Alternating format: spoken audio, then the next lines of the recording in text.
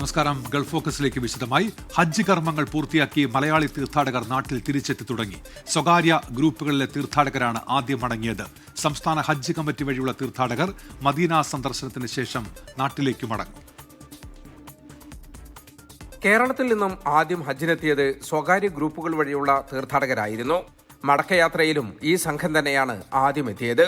ജിദ്ദയിൽ നിന്നുള്ള ഇൻഡിഗോ വിമാനത്തിൽ ഇന്ന് രാവിലെ 9:35 കരിപ്പൂരിലെത്തിയ അൽഹിന്ദ് ഗ്രൂപ്പിലെ സംഘത്തിൽ 120 തീർത്ഥാടകരാണ് ഉണ്ടായിരുന്നത്. തീർത്ഥാടകർക്ക് കൊണ്ടോട്ടി MLA TV ഇബ്രാഹിമിന്റെ നേതൃത്വത്തിൽ ഊഷ്മളമായ സ്വീകരണമാണ് വിമാനത്താവളത്തിൽ ലഭിച്ചത്. മിർഷാദ് യമാനിയുടെ നേതൃത്വത്തിലുള്ള സംഘമാണ് ആദ്യം തിരിച്ചെത്തിയത്. അൽഹംദുലില്ലാ, ഇപ്രാവശ്യത്തെ ഹജ്ജ് നമുക്ക് വളരെ നല്ല സന്തോഷമായിരുന്നു. അവിടുത്തെ ഗവൺമെന്റ്, അതുപോലെ തന്നെ ഇവിടുത്തെ ഗവൺമെന്റിന്റെ സഹകരണം, അതുപോലെ തന്നെ നമ്മൾ അയച്ച ഏജൻസി, ട്രാവൽ ഏജൻസി, അവരൊക്കെ നമ്മളോട് വല്ലാണ്ട് സഹകരിച്ചിട്ടുണ്ട്. മാഷാ അല്ലാഹ്, നമുക്ക് ഒരു പ്രയാസവും ബുദ്ധിമുട്ടും ഉണ്ടായിട്ടില്ല. സൗദി ഗവൺമെന്റിന്റെ ഭാഗത്തിലും നല്ല സെക്യൂരിറ്റി, നല്ല പ്രൊട്ടക്ഷൻ ആയിരുന്നു. അതുകൊണ്ട് തിക്കിലും തിരക്കിലും പെട്ടുള്ള മരണങ്ങൾ, അങ്ങനെയുള്ള അപകടാവസ്ഥകൾ അതും ഈ പ്രാവശ്യം ഉണ്ടായിരുന്നില്ല. എല്ലാം കൊണ്ടും വളരെ നല്ല ഹജ്ജായിരുന്നു. അത്രയും എല്ലാ ഫുഡായാലും അക്കോമഡേഷൻ ആയാലും എല്ലാം വളരെ ക്ലിയർ ആയിരുന്നു. അൽഹംദുലില്ലാ, നമ്മുടെ ഉസ്താദന്മാരൊക്കെ മൊത്തം എല്ലാവരും വളരെ ക്ലിയറായി. എല്ലാവരും ടൈഡായെങ്കിലും കൂടി ഒരു വിഷമവും ഉണ്ടായില്ല. അള്ളാഹു എല്ലാവർക്കും നല്ലത് വരുത്തട്ടെ. മുജീബ് നദ്വിയുടെ നേതൃത്വത്തിലുള്ള 97 തീർത്ഥാടകരടങ്ങുന്ന രണ്ടാമത്തെ സംഘം സൗദി എയർലൈൻസിൽ കൊച്ചി വിമാനത്താവളത്തിലും എത്തി. വരും ദിവസങ്ങളിൽ കൂടുതൽ തീർത്ഥാടകർ കൊച്ചി, കോഴിക്കോട് വിമാനത്താവളങ്ങളിൽ എത്തും. ഹാഷിം മക്ക, ഷബീർ കോട്ടക്കൽ, നജീബ് കോഴിക്കോട്, സഖരിയ ഫൈസി തുടങ്ങി നിരവധി പേർ തീർത്ഥാടകരെ സ്വീകരിക്കാൻ വിമാനത്താവളത്തിലെത്തിയിരുന്നു. ജലീൽ കണമംഗലം, 24 ജിദ്ദ.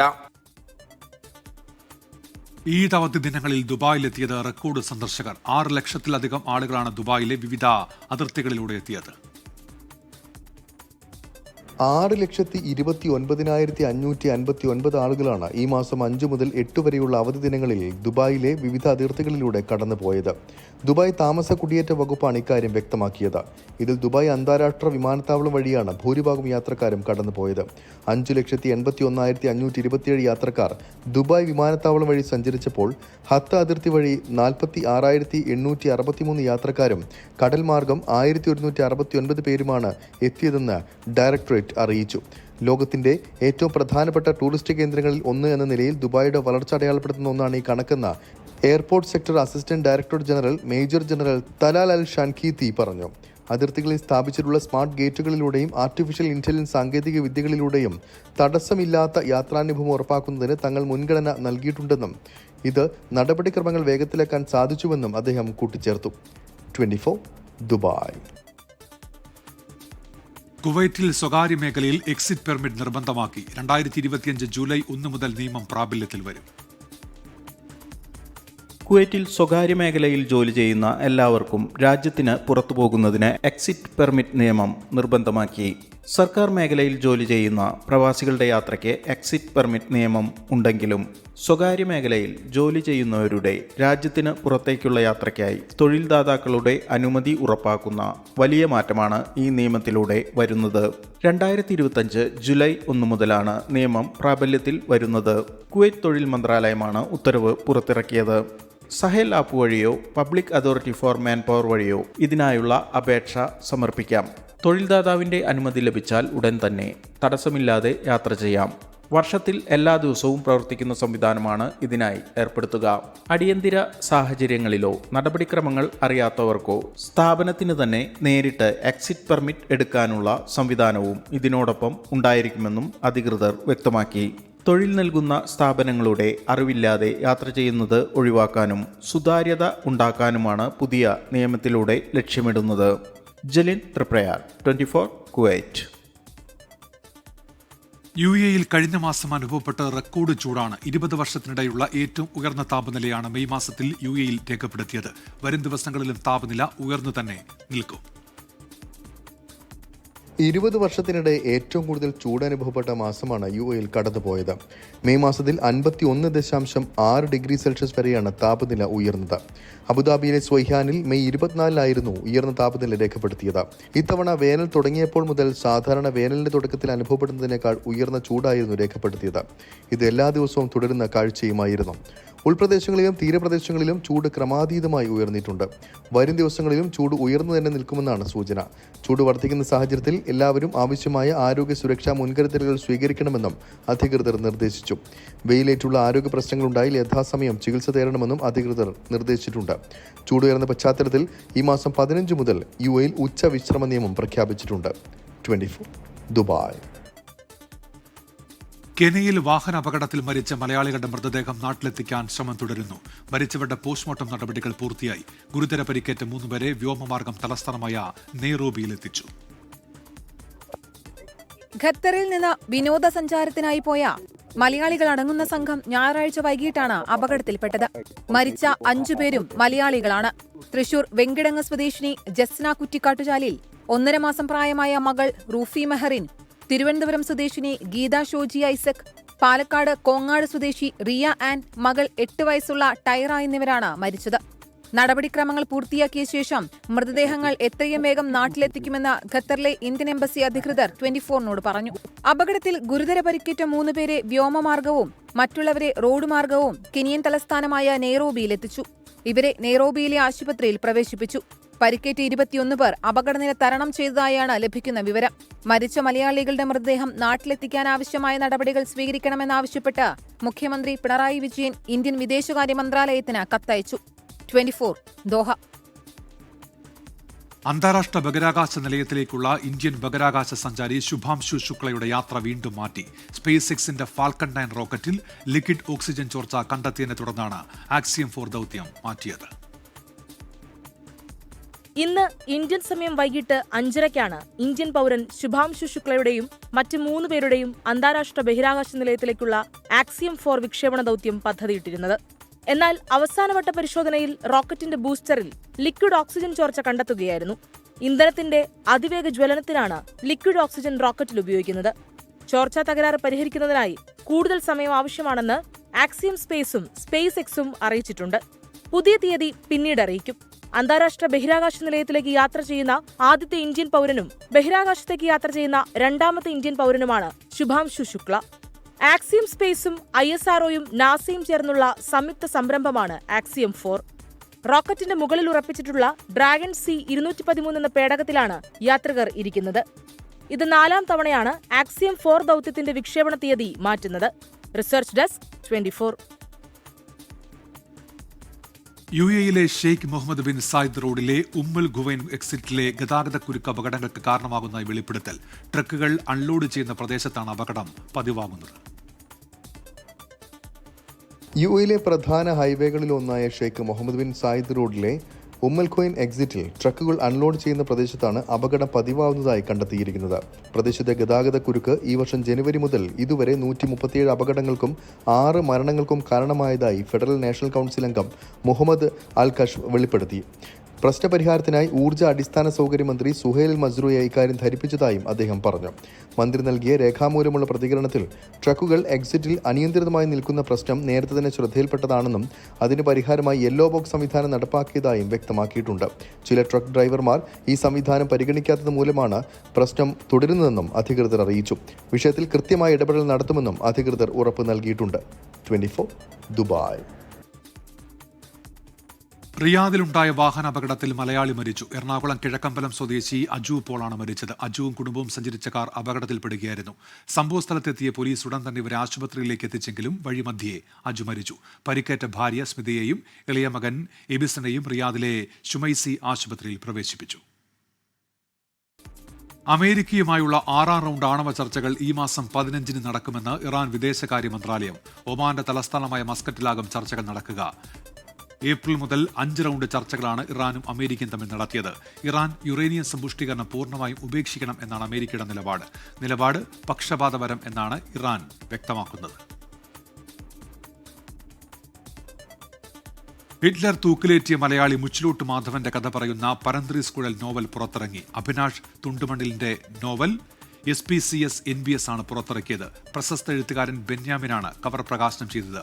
1940-കളിലെ ഫ്രാൻസും മലബാറും പോണ്ടിച്ചേരിയും യുദ്ധഭീതിയും മാധവന്റെ പ്രണയവും എല്ലാം ചേരുന്നതാണ് കഥാപശ്ചാത്തലം. അമേരിക്കയിലെ ഫ്ലോറിഡയിലെ മയാമിയിൽ ദശാബ്ദങ്ങളായി നടന്നുവരുന്ന മിയാമി സമ്മർ ഫെസ്റ്റ് ഈ മാസം 28-ന് നടക്കും. Mall Mathews kitchen and garden ഫാമിലാണ് ഫെസ്റ്റ് നടക്കുക. വിവിധങ്ങളായ ബിരിയാണി വിഭവങ്ങളും മലയാളികളുടെ നൊസ്റ്റാൾജിയ ഉണർത്തുന്ന 4 മണി പലഹാരങ്ങളും നാടൻ പനങ്ങളിലും ശുദ്ധമായ തേനും മേളയിലുണ്ടാകും. മോൾ മാത്യൂസ് കിച്ചണും മസാല സ്പോട്ടും ചേർന്നാണ് ഇക്കുറി ഫെസ്റ്റ് ഒരുക്കുന്നത്. വിഭവങ്ങൾ മുൻകൂട്ടി ബുക്ക് ചെയ്യണം.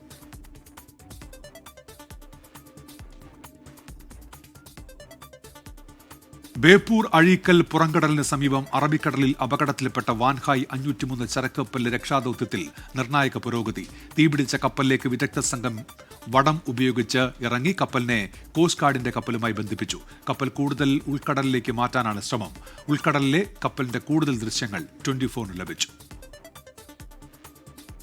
കടലിൽ നിന്ന് കത്തുന്ന കപ്പലിലെ തീയണയ്ക്കാനുള്ള ശ്രമം 3-ാം ദിവസവും തുടരുകയാണ്.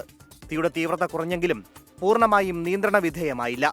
ഉൾക്കടലിലെ കപ്പലിന്റെ കൂടുതൽ ദൃശ്യങ്ങൾ 24 ലഭിച്ചു. തീയുടെ തീവ്രത കുറഞ്ഞ സാഹചര്യത്തിലാണ് കപ്പലിലേക്ക് അതിസാഹസികമായി രക്ഷാപ്രവർത്തക സംഘം ഇറങ്ങിയത്. കപ്പലിന്റെ മുൻഭാഗത്തുള്ള വലിയ കൊളുത്തിൽ വടം കെട്ടി കോസ്റ്റ് ഗാർഡിന്റെ കപ്പൽ സമുദ്രപ്രഹരിയുമായി ബന്ധിപ്പിക്കാൻ സംഘത്തിന് കഴിഞ്ഞു. കത്തുന്ന കപ്പലിലേക്ക് MERC പോർബന്ദറിലെ സംഘം അതിൻ്റെ മുൻഭാഗത്തുള്ള ഒരു കൊളുത്തിൽ വലിയ വടം കെട്ടി അതിനെ ഒരു ടഗ് ബോട്ടുണ്ട്, വാട്ടർ ലില്ലി എന്ന് പറയുന്ന ടഗ് ബോട്ടുമായി കണക്ട് ചെയ്തിട്ടുണ്ട്. കപ്പൽ കടലിനുള്ളിലേക്ക് കൂടുതൽ കെട്ടിവലിച്ചു മാറ്റാനുള്ള ശ്രമത്തിൽ നിർണായകമായ വിജയമാണ് പോർബന്തറിൽ നിന്നുള്ള MERC സംഘം കൈവരിച്ചിരിക്കുന്നതെന്നാണ് വിവരം. തീരരക്ഷാസേനയുടെ ഹെലികോപ്റ്റർ ഉപയോഗിച്ചാണ് സംഘം കപ്പലിൽ ഇറങ്ങിയത്.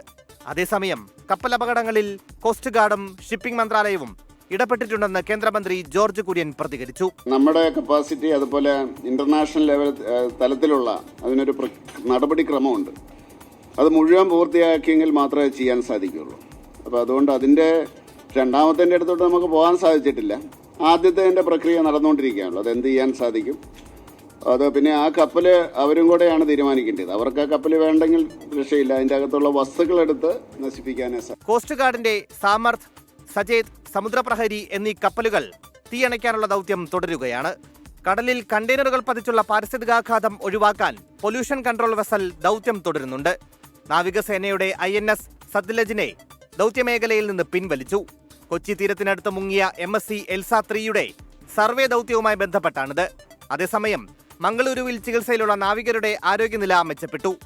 ഒരാൾ ഇന്ന് ആശുപത്രി വിടും. ഗുരുതരമായി പരിക്കേറ്റ 2 പേർ തീവ്രപരിചരണ വിഭാഗത്തിൽ തുടരുകയാണ്. ഇവർ മരുന്നുകളോട് പ്രതികരിക്കുന്നുണ്ട്. മറ്റൊരാൾക്ക് കൂടി നാളെയോ മറ്റന്നാളോ ആശുപത്രി വിടാനാകും എന്നാണ് വിലയിരുത്തൽ. 24 തിരുവനന്തപുരം. കൊച്ചി പുറംകടലിൽ MSC എൽസ 3 ചരക്ക് കപ്പൽ അപകടത്തിൽപ്പെട്ടതിൽ കേസെടുത്ത് പോലീസ്. കപ്പൽ കടലിൽ മുങ്ങി 19-ാം ദിനമാണ് ഫോർട്ട് കൊച്ചി കോസ്റ്റൽ പോലീസ് കേസെടുത്തത്. കപ്പൽ ഉടമസ്ഥൻ, ഷിപ്പ് മാസ്റ്റർ, കപ്പൽ ജീവനക്കാർ എന്നിവരെ പ്രതിയാക്കിയാണ് കേസ്. മനുഷ്യജീവന് അപകടമുണ്ടാക്കും വിധം കപ്പൽ കൈകാര്യം ചെയ്തെന്നാണ് FIR. കപ്പൽ അപകടത്തിൽ ഇപ്പോൾ കേസെടുക്കേണ്ടതില്ലെന്നും നഷ്ടപരിഹാരം മതിയെന്നുമായിരുന്നു സർക്കാരിന്റെ മുൻ നിലപാട്. മെഡിറ്ററേനിയൻ ഷിപ്പിംഗ് കമ്പനിക്ക് വിഴിഞ്ഞം തുറമുഖവുമായി നല്ല അടുപ്പമുള്ളതിനാൽ കേസെടുത്താൽ ഗുണകരമാകില്ലെന്ന് സർക്കാർ കുറിപ്പിൽ തന്നെ വ്യക്തമാക്കുകയും ചെയ്തിരുന്നു. എന്നാൽ കേരള തീരത്തിനടുത്ത് മറ്റൊരു കപ്പൽ അപകടത്തിൽപ്പെടുകയും കേസെടുക്കാത്തതിനെതിരെ പ്രതിഷേധം ശക്തമാവുകയും ചെയ്തതോടെയാണ് കേസെടുക്കാൻ സർക്കാർ തീരുമാനിച്ചത്. മത്സ്യത്തൊഴിലാളിയായ C. ശ്യാംജിയുടെ പരാതിയിലാണ് ഫോർട്ട് കൊച്ചി പോലീസ് കേസെടുത്തത്.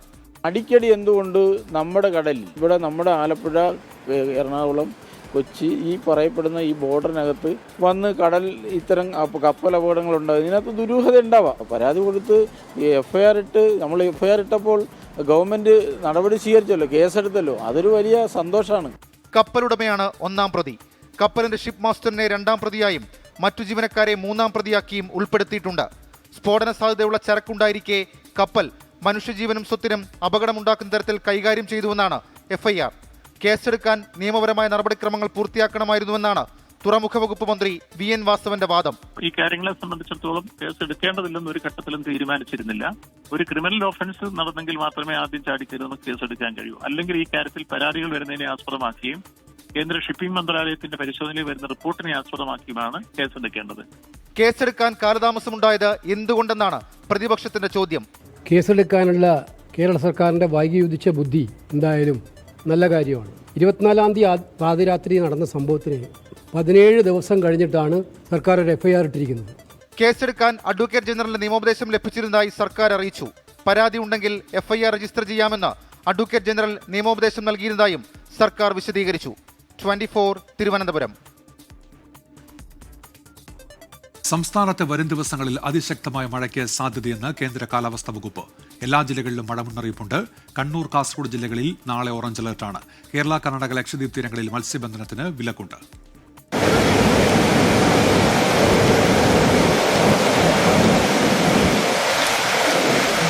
കേരള തീരത്തിന് മുകളിൽ പടിഞ്ഞാറൻ കാറ്റ് ശക്തമാകാനുള്ള സാധ്യതയും മധ്യ പടിഞ്ഞാറൻ ബംഗാൾ ഉൾക്കടലിൽ സ്ഥിതി ചെയ്യുന്ന ചക്രവാത ചുഴിയും കാലവർഷത്തെ ശക്തിപ്പെടുത്തുമെന്നാണ് മുന്നറിയിപ്പ്. ഇന്ന് സംസ്ഥാനത്തെ എല്ലാ ജില്ലകളിലും മഴ മുന്നറിയിപ്പുണ്ട്. എറണാകുളം, ഇടുക്കി, തൃശൂർ, കാസർഗോഡ് ജില്ലകളിൽ അതിശക്തമായ മഴയ്ക്കുള്ള ഓറഞ്ച് അലർട്ട് പ്രഖ്യാപിച്ചു. ബാക്കി എല്ലാ ജില്ലകളിലും യെല്ലോ അലർട്ടാണ്. നാളെ കണ്ണൂർ, കാസർഗോഡ് ജില്ലകളിൽ ഓറഞ്ച് അലർട്ടാണ്. കോട്ടയം മുതൽ വയനാട് വരെയുള്ള 8 ജില്ലകളിൽ മഴ മുന്നറിയിപ്പുണ്ട്. ഈ മാസം 15 വരെ അതിശക്തമായ മഴയ്ക്ക് സാധ്യതയുണ്ടെന്ന് കേന്ദ്ര കാലാവസ്ഥാ വകുപ്പ് അറിയിച്ചു. വടക്കൻ ജില്ലകളിലും തീരദേശ മലയോര പ്രദേശങ്ങളിലും ശരാശരിയേക്കാൾ കൂടുതൽ മഴ ലഭിച്ചേക്കാം. കേരളത്തിലെ എല്ലാ ജില്ലകളിലും മണിക്കൂറിൽ 40 മുതൽ 55 കിലോമീറ്റർ വരെ വേഗതയിൽ കാറ്റുവീശാനും സാധ്യതയുണ്ട്. കേരള, കർണാടക, ലക്ഷദ്വീപ് തീരങ്ങളിൽ ഇന്നു മുതൽ ഈ മാസം 15 വരെ മത്സ്യബന്ധനത്തിനും വിലക്കേർപ്പെടുത്തി. 24 തിരുവനന്തപുരം. പോരാട്ടച്ചൂടിൽ നിലമ്പൂർ.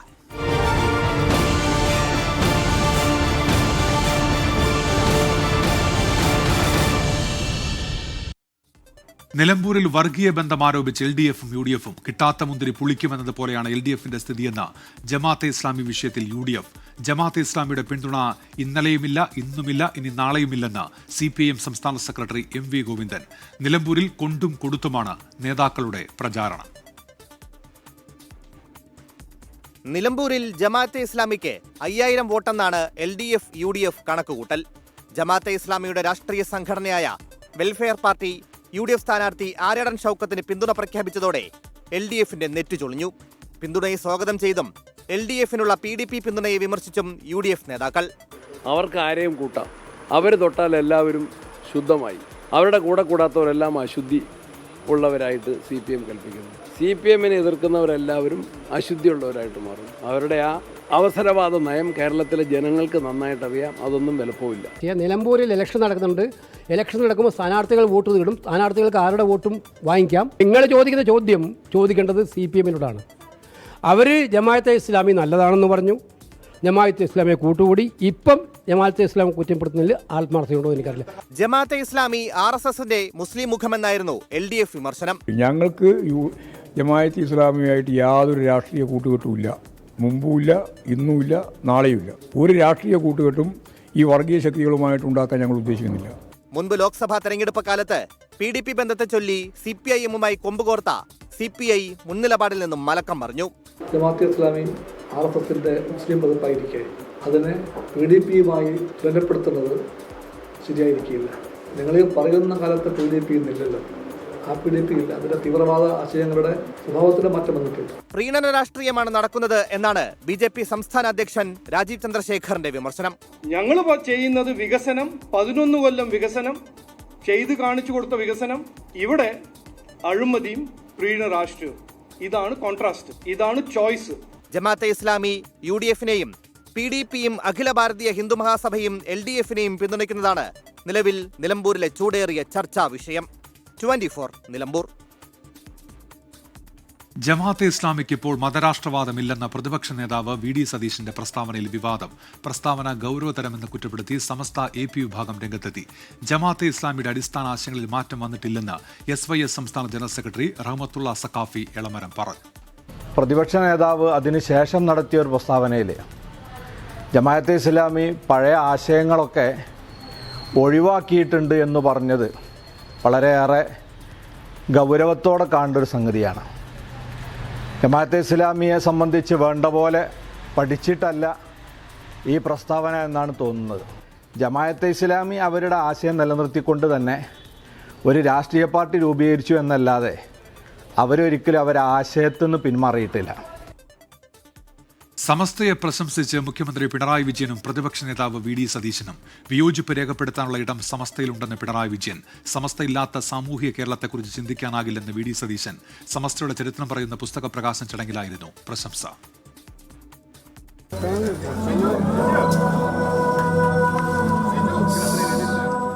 സമസ്തയുടെ ചരിത്രത്തിൽ തുടങ്ങി വർത്തമാനകാലത്തെ പ്രവർത്തനങ്ങളെയും പരാമർശിച്ചായിരുന്നു മുഖ്യമന്ത്രിയുടെ പ്രസംഗം.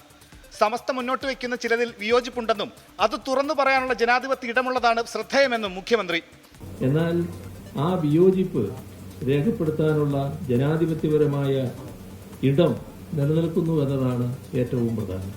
ആ കാഴ്ചപ്പാട് ചില സമുദായ സംഘടനകൾക്കും കൈമോശം വരുന്ന ഒരു ഘട്ടം കൂടിയാണ്. അത് തിരിച്ചറിഞ്ഞ് മുന്നോട്ട് പോകാൻ കഴിയണം. വിയോജിപ്പുകൾ രേഖപ്പെടുത്തുന്നവർക്ക് സംവദിക്കാനുള്ള തലം ഒരുക്കുകയാണ് വേണ്ടത്. വർഗീയതയുടെ കാലത്ത് സമസ്തയുടെ സാന്നിധ്യം ആശ്വാസമെന്ന് പ്രതിപക്ഷ നേതാവ് വി ഡി സതീശൻ. അതിനിടയിൽ മുഖ്യമന്ത്രിക്കെതിരെ സതീശന്റെ ഒളിയമ്പ്.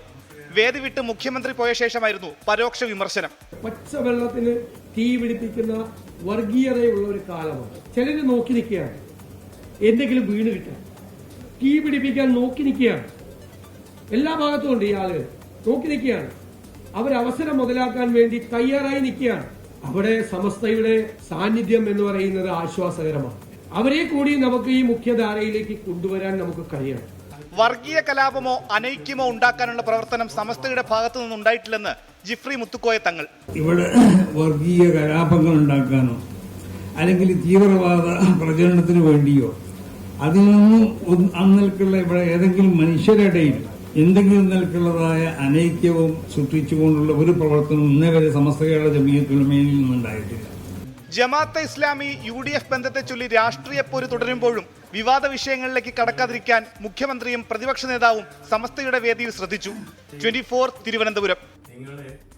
താമരശ്ശേരി ഷഹബാസ് വധക്കേസിലെ 6 കുറ്റാരോപിതരായ വിദ്യാർത്ഥികൾക്കും ജാമ്യം നൽകി ഹൈക്കോടതി. അന്വേഷണവുമായി സഹകരിക്കുമെന്ന് മാതാപിതാക്കൾ സത്യവാങ്മൂലം നൽകണമെന്ന് കോടതി നിർദ്ദേശിച്ചു. കർശന ഉപാധികളോടെയാണ് 6 വിദ്യാർത്ഥികൾക്കും ഹൈക്കോടതി ജാമ്യം അനുവദിച്ചത്. 50,000 രൂപയുടെ ബോണ്ട് നൽകണം, അന്വേഷണവുമായി പൂർണ്ണമായി സഹകരിക്കണം, ക്രിമിനൽ സ്വഭാവമുള്ള ആളുകളുമായി സമ്പർക്കമുണ്ടാകാൻ അനുവദിക്കരുത് തുടങ്ങിയ ഉപാധികളാണ് കോടതി നിർദ്ദേശിച്ചിട്ടുള്ളത്. ഇതോടെ 3 മാസമായി ഒബ്സർവേഷൻ ഹോമിൽ കഴിയുന്ന വിദ്യാർത്ഥികൾക്കും വീട്ടിലേക്ക് മടങ്ങാം. ഹൈക്കോടതി നിലപാടിൽ കടുത്ത നിരാശയിലാണ് ഷഹബാസിന്റെ കുടുംബം. ജാമ്യം റദ്ദു ചെയ്യണമെന്നാവശ്യപ്പെട്ട് ഡിവിഷൻ ബെഞ്ചിനെ സമീപിക്കുമെന്ന പിതാവ് ഇക്ബാൽ. ഇപ്പൊ ഇത്ര പെട്ടെന്ന് ഇവർക്ക് ജാമ്യം അനുവദിച്ചതിന്റെ ഇവരെ പിന്നിൽ രാഷ്ട്രീയപരമായിട്ട് ആളുകൾ ഉണ്ട് എന്ന് ഉറപ്പായി. ജാമ്യം റദ്ദാക്കണമെന്നുള്ള ആവശ്യപ്പെട്ടുകൊണ്ട് തന്നെയാണ് ഞാൻ മുന്നോട്ട് പോകാൻ വിചാരിക്കുന്നത്. അതായത് ഇത്തരം കുട്ടികളെ ഇവരെ പശ്ചാത്തലം പിന്നിലുള്ള വളരെ ക്രിമിനലായ പശ്ചാത്തലമാണ്. അതുകൊണ്ട് ഇനി നാളെ ഇത് വേറൊരു കുട്ടിക്ക് ഒരു രക്ഷിതാവിനും ഇത് ഉണ്ടാവാൻ പാടില്ല. കുറ്റാരോപിതർക്ക് ജീവഹാനി ഉണ്ടാകുമെന്ന പ്രോസിക്യൂഷൻ വാദം കോടതി അംഗീകരിച്ചില്ല. 3 മാസം മുൻപ് കുറ്റാരോപിതരുടെ സ്കൂളിലേക്ക് കൊലപ്പെടുത്തുമെന്ന് പറഞ്ഞെത്തിയ ഊമക്കത്താണ് കോടതി തള്ളിയത്. കുറ്റാരോപിതരുടെ ക്രിമിനൽ ബന്ധം തെളിയിക്കാനും പ്രോസിക്യൂഷനായില്ല. ഫെബ്രുവരി 27 നടന്ന ഏറ്റുമുട്ടലിൽ സാരമായി പരിക്കേറ്റ് കോഴിക്കോട് ഗവൺമെന്റ് മെഡിക്കൽ കോളേജ് ആശുപത്രിയിൽ ചികിത്സയിലിരിക്കെ മാർച്ച് 1 പുലർച്ചെയാണ് ഷഹബാസ് മരിച്ചത്. വിഷ്ണു സുരേഷ്, 24 കൊച്ചി. ഗൾഫ് ഫോക്കസ് പൂർത്തിയാകുന്നു. Good night.